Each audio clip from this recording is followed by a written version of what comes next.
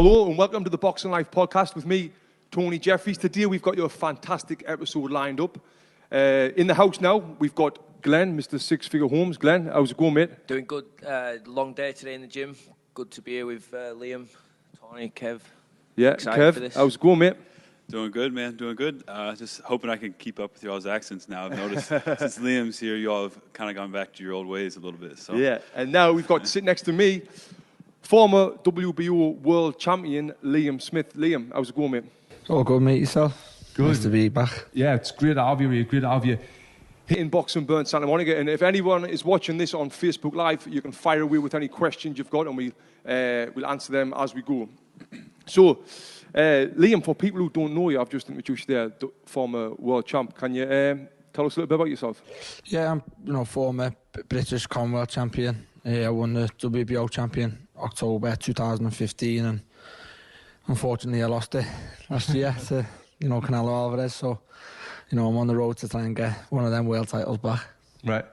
And you were undefeated world champion before you went in against Canelo, right? Yeah, it was my first defeat, yeah. So that's something that a big topic I want to talk about that Canelo fight, because that was a massive, massive fight on a world stage in front of millions of people watched that fight. You'd done the All Access with Showtime, was it? HBO. With HBO. Yeah. And it was fantastic. How was the build-up to that fight, and how was the full experience? It was unbelievable, the whole experience about it, from the start the fight was announced, when the fight was first talked about, it kind of give you the jitters in your stomach, and the whole occasion, the build up to the fight, as you say, had HBO, had numerous American camera crews come over to the UK and start filming, and then the fight week in general was unbelievable, but something I've never experienced before. And I can honestly say not many fighters have experienced that. Right. 52,000 people in an arena, and even the media stuff beforehand, it was it was constant. It was 24/7, and it was one that I loved at the time. It was one that I cherished, and obviously the fight didn't go the way I planned it to go, but the whole occasion, I can't complain. It's one that I say every fighter will have dreamt to be in my position. Yeah. I was just going to say, you seem to enjoy all that build-up. Like a lot of fighters, you can tell that in the build-up or the weigh-ins or whatever, they'll go above and beyond to be like overconfident. You can see like, oh, maybe it's just because they're hiding like their nerves or they're overwhelmed by it all or whatever the first time they get there. But you seem really chilled out. Like the whole thing seemed to just like inspire you. Like it did, and I said beforehand, and a lot of people may have thought, he's just saying that until he gets there and he'll freeze. But I said you probably had to know me personality and had to know me as a person to understand and to believe me. I said beforehand, and I still stick by it. It was nothing to do with the occasion or the amount of people there. The result was nothing to do with I froze or I couldn't handle the occasion. Yeah. I kind of think I handled it quite well, and I was bang up for the fight. I was as ready as I could be with the preparation I had, but it was just one of them things. Should be really. I mean, if you can't get up for that, I mean, what you're doing, People I remember thinking the social media stuff, and people were praising me for taking that fight, and I was kind of, why are people praising me for taking that fight? Obviously, I knew I was an underdog in the fight, but I was the world champion in the fight. So if I was the world champion saying I'm not ready to fight another fighter, I think from my point of view I don't deserve to be a world champion. And yeah, definitely. so when I become world champion, I thought that's it now. I'm ready for all comers, and that was why any fight that would have came, whether it was Canelo, whether it was a Cotto fight, whether it was any of the other the names who were kind of still above me, although I was the world champion, I would have took. Yeah, and you still will. Yeah, definitely. Yeah. What was it like being in there with him? You've had tons of amateur experience and a lot of professional experience, but Canelo Alvarez is one of the biggest names in boxing right now in the world. What was his power like? His speed, his defense? What was it like being in there with him? He was a very clever fighter. When I got in there, I think there was, there's loads. I could talk all day about the fight, about, the build up, and I don't want to make excuses. It was no excuse at all. But I just wish I had the camp I wanted to see how competitive I could have been in What that went fight. wrong You in know, the camp? I got cut. The cut that opened on that's my right, forehead was a cut opened, you know, just over 5 weeks before the fight. So I went from kind of sparring between 80 and 100 rounds a camp to sparring 16 rounds, and I just sit and think, you know, the sparring I had, it was Kelbruk that done the cut. So I just think if I'd have had maybe the 4 or 5 weeks build up of constant sparring with him, which was top sparring, he was fighting Triple G a week before my fight, so we could have both bounced off each other. And I just think if I'd have had a good solid 4 or 5 weeks of sparring with him, I would have been, you know, in top shape. And I just think I didn't know until I got in the ring, my timing was off.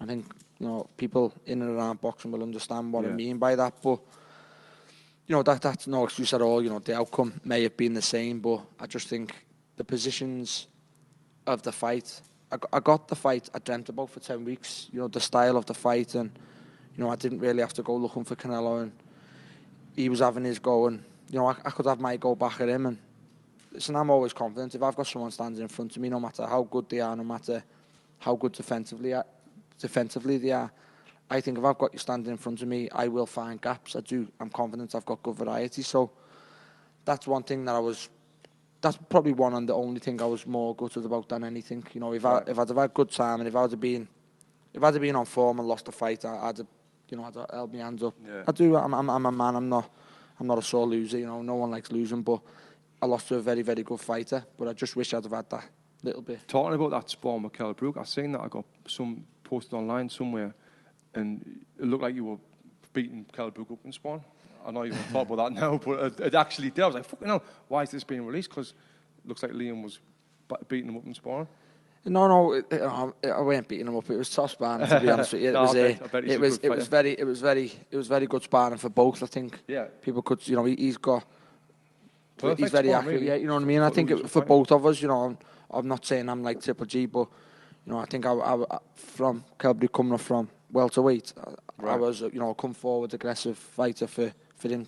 So with that cut on your head, how was that mentally before? Were you like, shit, I've not got this sparring? Did that get to you? Because that would have got to me, something like that. But did not get to you? You know, if I look back now in hindsight, I maybe should have tried to put the fight back or pull out. But again, I probably thought, you know, I was confident of winning that fight going into it, and I thought, even with that cut and no sparring? You know, I felt sharp as anything on the pads. I think, you know, it's probably a testament to me and Joe and the team around me, the shape I got in, considering I had no sparring. You know yourself, a lot of fighters get fit sparring, where they're doing constant 6, 8 and 10 round sparring, and you know, I done 16 rounds to fight one of the best fighters in the world. Do you think it affected your fitness at all, or was just mostly the time? No, because that's what I was just going to touch on. I think it was nothing to do with fitness why I got stopped. Yeah. You know, it was nothing to do with the condition fitness wise I was in. It was, I do think a lot of me missparring played a big factor in it. Like, I've never been dropped in my whole career, and again, I think if I'd have had a good 6 weeks of sparring, getting your body hard and getting used to, you know, getting punched. The last body shot was a very, very good shot, but I personally don't think the headshot or the first body shot would have put me down if I'd have had a good solid camp. So just going back to his question about Canelo's power, it's not like freakish power. No, he's just a solid man. He's just a, you know, my dad was saying about him, like, you know, he's kind of like a bodybuilder. You know, he's muscle now. Yeah. At the weigh-in, I thought, you know what, I'm the bigger man here. Yeah. And I was confident myself in the weight I put on. Yeah. You know, you hear all kinds of rumours about him putting his weight on, but you know, I was the bigger frame. He was a lot bigger muscle, and he made me look thin in the ring. Whereas at the weigh-in, you know, if you look at pictures, you know, obviously I was head to head to him, and I thought, you know, I'm the bigger man here, but he you know, I felt thin in the ring next to him. So you've fought Canelo in this massive world stage, been on the HBO All Access. Obviously, got probably your best payday ever. Apart from the money, how much did your life change from that fight, even though it never got the result you wanted? Did it change much? Within recognition? No. It never changed the things I do. You know, personally, I'm still doing everything the same day-to-day life. You know, I'm still around the same people. But it's changed. You know, I as in coming over here. You know, sitting watching the boxing yesterday, I had Mexicans asking for photos. I never had that before that fight. Yeah, you know, there was Mexicans in the bar there to watch Leo Santa Cruz and Yeah. come over and ask me for pictures. So, you know, before the Canelo fight, I never had that. Yeah. Obviously, I was recognised in the UK to British fans, but not many people over here outside boxing gyms would have knew who I was. And this was just in a bar, and the Mexicans were there to watch Leo Santa Cruz and come Right. over and ask me for That's a photo. class, that. So, you know, it's changed as in I'm getting recognised more, and even in the, you know, in the boxing vicinity, and people, you know, I was over in Monaco to watch my brother fight in Monte Carlo, and you know, I was in the spa downstairs, walked in the sun, and it was Peter Nelson from HBO, and you know, I guarantee if I never had that fight, he wouldn't have knew who I was. Yeah. Obviously, he's the head of HBO boxing, so he knew me from that fight. But again, that's how big the fight was, and you know, they know who I am kind of now. So That's class. That. So I'm just wondering now, I mean, because apart from the people that knew you from back home, I'd say you probably gained a lot of fans here and gained a lot of respect for the people over in America in boxing. Do you have interest in wanting to fight over here again? Is there any discussions or talks of that? You want to fight over here again? yeah, again, the amount of messages I get on the social media stuff, like, you know, you gained massive respect, and you've gained a new fan. I've got them from all over, you know, Mexico, America, and I was not, you know, taken back by it, but I just thought, in defeat, I have kind of gained fans, and I think I always would. I always said beforehand that I will have a style that you some people will like to watch. You know, I'm very rarely in a bad fight, and whether it's a good thing or a bad thing, I don't know, but you know, I think people will like watching. I always said the minute I get to America, I think they will like, you know, like me style. Yeah. But not unfortunately, but I could have picked better fights and made a bit of a name beforehand in America.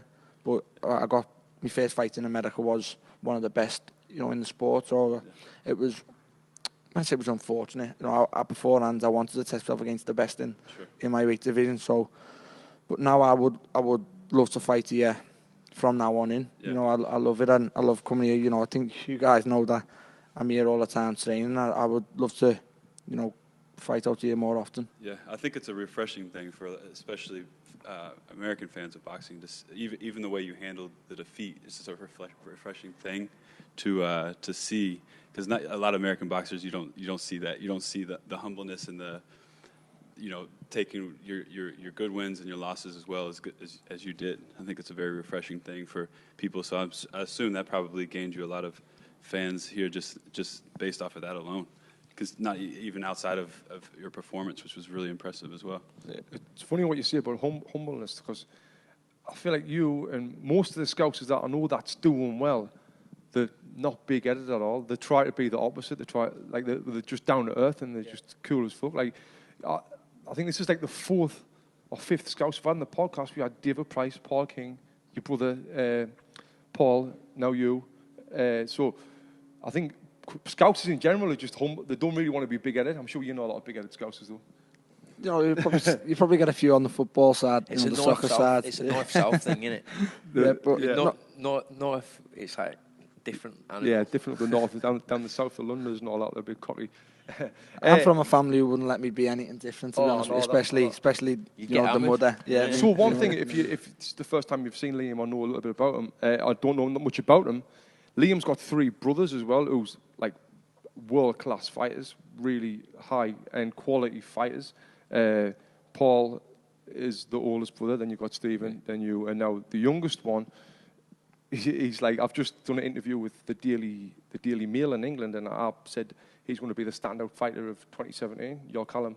He's absolutely smashing it. Yeah, right? He's doing well. And just to touch on the 4 of us, I think it's, you know, it's unique what we've done. Yeah. You know, back home in England, 4 of us have all been British champions. You know, 3 of us held it at the same time, and I kind of seen, you don't realise how big that is back in England until I seen a couple of months back Luke Campbell on social media saying, and Tommy Coyle, they're bidding to become the first British champion from Hull, which is obviously a city in England now. The first British champion from Hull, we had 4 in one household. You know, so I think until you realise, you don't understand what it means. But once Callum is mandatory now for the WBC super middleweight title, and I think as soon as he fights for that, all 4 of us will have challenged for world titles. Right. So that's another That's quality. good thing in itself, I think. Like during the week when we've been speaking, I've noticed, and last time you were here when we were speaking, I've noticed just how smart and how much you've got your head seem to be screwed on around boxing, about the management, about the business side of things. I'm sure that comes down from Paul, because Paul's had that much experience. He's been probably fucked about a bit, and you know, you learn from him. Yeah, it does. It's very, very good having the 3 brothers around me. Right. And again, for Callum, it's perfect, even more so than it was for me. You know, we get all aspects and all angles of, again, what Paul's been through, and you know what Stephen's been through, and you know, with myself, I learned one massive thing, and you know, my promoter was my manager. Right. And I didn't realise for so long. You know, again, you grow up, you're more wise yourself, but you know, for so long that contradicts itself a little bit, doesn't it? You know, your promoter wants to pay you as least as he can. Your manager is trying to get you the most money he can. Right. Yeah. So you know, man was the same man for so long. So you know, it took a while to you know, realise that. And and that happens a lot. little things in boxing. It's good to be around. You know, now I've had the biggest fight of all the brothers, but beforehand, you know, challenging for me world title, challenging for British titles, because we're so close, I feel as if I've been in these situations beforehand. You know, right. I'm sitting in the changing room ready to challenge for a world title. I sat with Paul when he was ready to challenge Arthur Abraham in Germany. Yeah. And the nerves I get for me brothers and me family, I feel as if I've been here before. You know, I've been in this situation before, so it calms me that little bit more. Yeah. And so it's like you're getting more nervous watching your brothers fighting for yourself. Definitely, yeah. So, you know, when it is my turn to be there, I feel, you know, I was here last time and I was in a worse state than I'm in now, so it's a bit calm. So I met your Stephen first. We were boxing for England against Ireland when we were 14. I remember I told Paul on the podcast, I was boxing at Paul's weight. He boxed the year before against Ireland, and I was at his weight. And he was walking down, he was like 15, 16, and he was snorting at us, because I was his weight. He had a black eye, and I was like, fuck, he looks like an odd bastard. And then, like, Paul was done so well as an amateur, winning the ABAs and winning the Commonwealth Games. He went to the Commonwealth Games, he got a silver or bronze. He lost to John Pascal. I was there for that fight. And I was like, whoa, Paul is amazing. Then Stephen done really well. He got robbed to go to the Olympics, and ABA champion, done everything as amateur. And then I was like, all right, they've got these 2 class brothers. Surely they can't have. I know there's 4 brothers boxing, and then it was you won the ABAs, and then you turned pro early. And I was thinking, surely he can't do anything as a pro, you know. These 2 talented brothers, and then obviously you smashing it, and then they've got the younger brother, the baby brother, best of the bunch, who's just come up and just smashed it. Fucking hell, when does it stop? You know, when does it stop? Yeah, that is, you know, unique again. What I'm saying is, you sometimes get a family where, you know, you've got one brother or maybe 2 brothers box, the other brother is a bricklayer, the other brother is, you know, solicitor or things like that. You know, we've got four boys in the family, and 4 of us are all professional fighters. And I don't mean to sound what we've just been saying, a big-headed scouser, but it's not. The 4 of us have all reached a good level now. It's not like we've got 2 good brothers and 2 bad brothers, or he's all, you know, we've really, all really well. Again, I said I could have retired once I won a British title. If I was finished the next day, I would have been happy. You know, that was my massive thing for me, to become British champion after me 2 older brothers. So we was happy. Yeah. So next fight, you're fighting Liam Williams, right? Yeah. I'm kind of out of touch with boxing now in Britain. I follow you four boys. I follow all my friends in boxing. Tell us a little about this next fight that's coming up. He's undefeated as far as I know, right? Yeah, he's undefeated. He's been coming through. You know, he's a talented fighter. He's picking up kind of where I left off. He's everything I keep leaving, you know, he's picked up. The Commonwealth title once I vacated. He's British and Commonwealth champion now. Right. He's WBO Intercontinental champion, which obviously I was also. He's unbeaten. He was my mandatory challenger when I was British champion. You know, I laugh about it. Right. You've got to defend the British title 3 times for you to own the belt. And I was on 2 defences, and he was mandatory for 1 year and wouldn't fight me. So he's kind of the reason I haven't got a British title at home on the mantelpiece. But you know, I said I'll settle that score April. I was going to say, because it's been going on for a couple of years, hasn't it? It's been talked about for a while. They always said they weren't ready. You know, again, I think it touches, you know, I've fought everyone being put in front of me, and, you know, I would happily have fought Liam Williams, but they said they weren't ready at the time. Yeah. Now they feel they're ready, so, you know, we will see, but it's one that I'm looking forward to now, because, you know, if you look on the social media, it's a massive fight back in you know, England, and well, in the UK as well, so a lot of people I've seen picking him to beat me, so it's got me, you know, it's got me teeth into it now, and I'm thinking, you've seen something different than me, because, you know, I think there's only one winner, but it kind of sounds like you've got in his head a little bit in the past when he said he's not ready to fight you. You know, that's going to stick with him. Like, there's been you've kept progressing, you know, as he. You know, yeah, I think, you know, you could probably look at it only as in he's a fighter. He probably would have fought me, but his trainer and his manager is Gary Lockett, and I know he's been around the boxing game, and, you know, he's kind of a clever man. So if he feels he's ready, then, you know, he might be ready. So it's one that I'll have to be switched on with. It's one I'll have to, you know, I've got to be 100% with. Anything else I'll lose. Yeah, I'm sure coming off your last fight, I'm sure your confidence is through the roof to take on anyone now, obviously. I mean, it will be anyway, but having experienced that, do you feel like it's not a step back, but like, do you know what I'm saying? It's like, did you hope for something a little bit bigger? I mean, domestically it's a big fight, but I mean, on the world stage, would you have hoped for something a bit bigger? Yeah, I would have, but, you know, I think there could be a couple of rewards with winning this. You know, it's a good money fight for me. It's a big, as I say, it's a big fight in the UK, so. And it puts you back in the WBO and, picture, you know, right? Listen, it's mad the way it's worked. He's ranked higher than me with the WBO. He's 3, I'm 5. But I'm 1 in Britain, he's 2. Right. So, you know, it could put me in a final eliminator. It might be a final eliminator. You know, you never know by the time the fight happens. Canelo's not going to defend this title. Yeah. He's fighting Chavez, so if he vacates the title before we fight, you know, I'm sure that could be put on the line. As I say, he's 3, I'm 5. So the rewards could be good with it, but I think they've took the fight now, because I think they're thinking I'm coming on the back of a loss, and my confidence will be down off that fight, but, you know, they couldn't be more wrong. Yeah, totally. Liam, do you still like boxing? Do you like training? Do you love it? Yeah. What do you not like about it? I've always been one that I don't like running.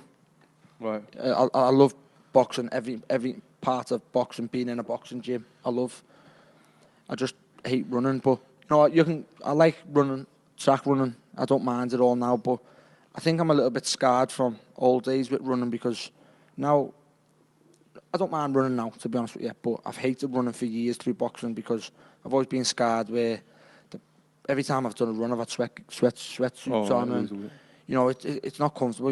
You know yourself, you put sweatpants on after 10-15 minutes of a run, your legs are dying, and now I don't mind running. You probably all don't mind running over here. It's lovely, but nice. It's not bad when you can go running in just a pair of shorts and t-shirt and jacket and just run for, you know, the sake of running. Whereas from the old days where I used to have to do long runs to make weight, it used to be a bit of a nightmare. I remember you. I'm sure it was you. I've had a couple of texts off boxers before, but I think it was just after you won the British. You were texting me about coming and moving over here and living over here, right? Yeah, it was. Yeah. And then what? Because obviously you love it here. What changed that? Was it you didn't want to leave Jewel, or you didn't want to leave the boxing behind, or was that was before you got this big opportunity to fight? Yeah, it was a lot before. Yeah, it was well before then. I got offered, like, you know, kind of a contract out here also, but it just come at so much a wrong time. If it would have came before the British title fights, I would have jumped at it and I would have made that move. But as I say, I was British champion and I was getting British title money, and the contract I got offered over here, I would have to come over here, go 6-round fights, whereas I've been professional for 4 or 5 years, building up to get that British title. It would have been. Do you think you'll end up over here when you retire? Yeah, I do. I think, you know, I might finish my career over here. No, but it's one that I've always loved. I think this is probably the 12th to 13th time I've been over here. You know, I came on my own. I came on my own last year. Yeah. You know, I could happily just move here tomorrow if the circumstances were different. Kev, do you think we've got a job for him as a trainer? I was just about to ask that, actually. I was going to say, you got an interest. What do you think you'll do when you retire? Do you have any idea? I think I will stay in, you know, the boxing side to it, sure. Whether it be, you know, the training as a trainer, or, you know, whether I go back to my amateur gym and train kids there in that part of it. But I'm more the sport type out of the brothers. You know, I still play football, which is obviously soccer over here. Right. You know, I still play football on a Saturday and Sunday. And you just set up that academy too, didn't you? Yeah, we've set up an academy now with the brothers, which is we do the boxing side to it to get educated in the morning. Quality. They're doing the level 1s and stuff. Yeah. And we do the boxing side to it after they've been taught the level 1s. So love that. That's something we've started on now. That's class, mate. That's class. Great. Do you ever? This is something that I don't think any boxers really think about when you're boxing. But now I've retired. I've been retired for like 5 or 6 years. And I thought about after is the damage that boxing does to your brain. Do you ever think about that? No, I think if I started getting any signs at the moment, then you know it would.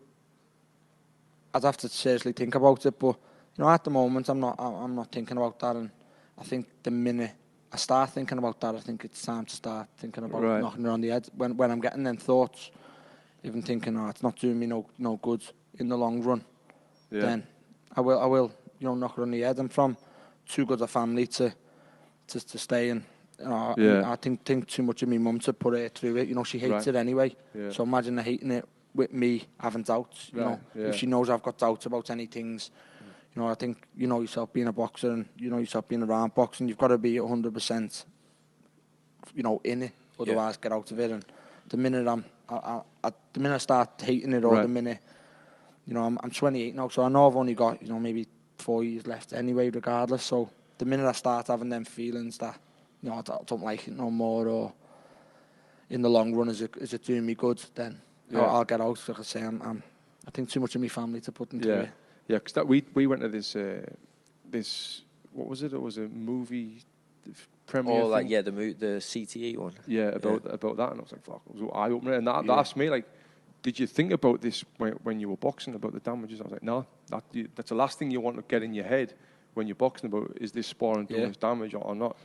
I've read a few things, like there's been questions about head guards. Are head guards good or bad? Yeah. And again, I just think everyone will have their own opinion on it. And, you know, it's obviously the reality, getting punched in the face is not good. Cannot be good for you. So, you know, it's one of them. But unless you're, Wayne McCulloch said it made him smarter, didn't he? He's the only person that's come up with that answer. I know, because I'd done some maths. So I had 106 fights in my full career, and I'd done some maths on how many times I've been punched in the head. And I said, if I sparred, I think it was something like 6 times for each one of them fights, and then I got hit in the head 5 times for each one of them spars. And anyway, I worked it out and done the maths, and it was being punched in the head over 50,000 times. Tony, you said he didn't want to think about it, man. I know. What are you trying to do every time? It's all we thought about. Not ever fucking Canelo Alvarez. So we haven't got any questions. Right. Anyway, so Liam, if anyone wants to find out more about you, where can they find you?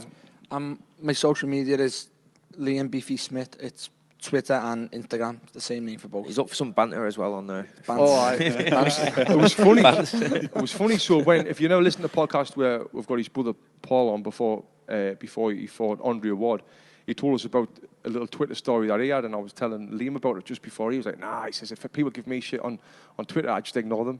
But then 2 minutes later, he was like, "Well, I get the phone numbers and I phone them and all that." Yeah, only a couple. Only if they're close to home. If they're close to home, I just think you can't be abusing me behind the keyboard and then probably walk past me shopping in town. I think, you know what I mean. So I think we've got Scott Quigg here as well, and what Scott was saying is like you can't really call it banter if you don't really know them.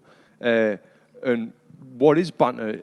Banter is what you've done with Jamie Carragher the other day. That's me. And I know. Like, you've got to know people to have banter. It's like, Glenn going to sit down and me pulling a stool away from him. Yeah. You've got to know them to know how they're going to react. Tell us about the Jamie Carragher thing. So Jamie Carragher, international, he was a player for Liverpool, huge footballer, soccer star. And he keeps fit now. He's retired from football, but he still trains in the amateur gym, our amateur club back in England. And I seen his phone on the side of the ring, and I seen it was unlocked. So, again, everyone, I'd have done it to one of my normal friends. Yeah. So, just because it was Jamie Carragher, he's a friend and we know him, but just because it was him, and because he's a bit of a superstar. I thought, you can't get away with it.